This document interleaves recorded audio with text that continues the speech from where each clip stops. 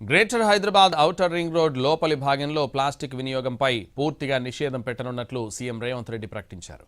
రాజధానిని కాలుష్య రహితంగా తీర్చిదిద్దడం కోసం జీహెచ్ఎంసీలో పూర్తి స్థాయిలో ప్రక్షాళన చేపడుతున్నామని చెప్పారు. పురపాలన, పట్టణాభివృద్ధి శాఖలపై ఉన్నతాధికారులతో సమీక్ష నిర్వహించారు. ఔటర్ రింగ్ రోడ్ లోపల ఉన్న కోర్ అర్బన్ రీజియన్ ఎకానమీ ప్రాంతాన్ని తెలంగాణ రైజింగ్ 2047 దార్శనిక పత్రం ఆధారంగా ప్రణాళికాబద్ధంగా అభివృద్ధి చేయాలని ప్రభుత్వం నిర్ణయించిందని చెప్పారు. ఇందులో భాగంగా క్యూర్ పరిధిలోని నగరాన్ని 12 జోన్లు, 60 సర్కిళ్లు, 300 వార్డులుగా పునర్వ్యవస్థీకరించి పరిపాలనను పట్టాలెక్కిస్తున్నామని తెలిపారు.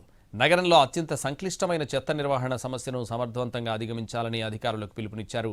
ముఖ్యంగా క్యూర్ ప్రాంతంలో చెత్త సమస్య పరిష్కారానికి ప్రధాన ప్రతిబంధకంగా పరిణమించిన ప్లాస్టిక్ను పూర్తిగా నిషేధించాలని నిర్ణయించామన్నారు.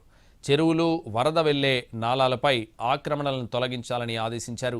క్యూర్ పరిధిలో డీజిల్ బస్సులు, ఆటోల స్థానంలో ఈవీ బస్సులు, ఈవీ ఆటోలను తీసుకురావాలని నిర్ణయించినట్టు తెలిపారు. కొత్తగా నియమితులైన జోనల్ కమిషనర్లకు దిశానిర్దేశం చేస్తూ రోజు క్షేత్రస్థాయిలో తిరగాల్సిందేనని చెప్పారు. జోన్ల వారీగా సమస్యలను పరిష్కరించాల్సిన బాధ్యత జోనల్ కమిషనర్లదేనని స్పష్టం చేశారు.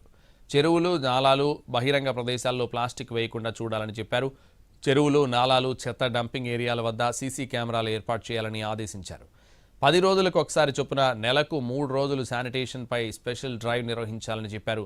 రోడ్లపై ఎక్కడా చెత్త కనిపించకుండా, రోడ్లపై గుంతలు కనిపించకుండా సమర్థవంతంగా నిర్వహించాలని ఆదేశించారు. చెత్త విషయంలో నిర్లక్ష్యాన్ని ఏమాత్రం క్షమించేది లేదన్నారు.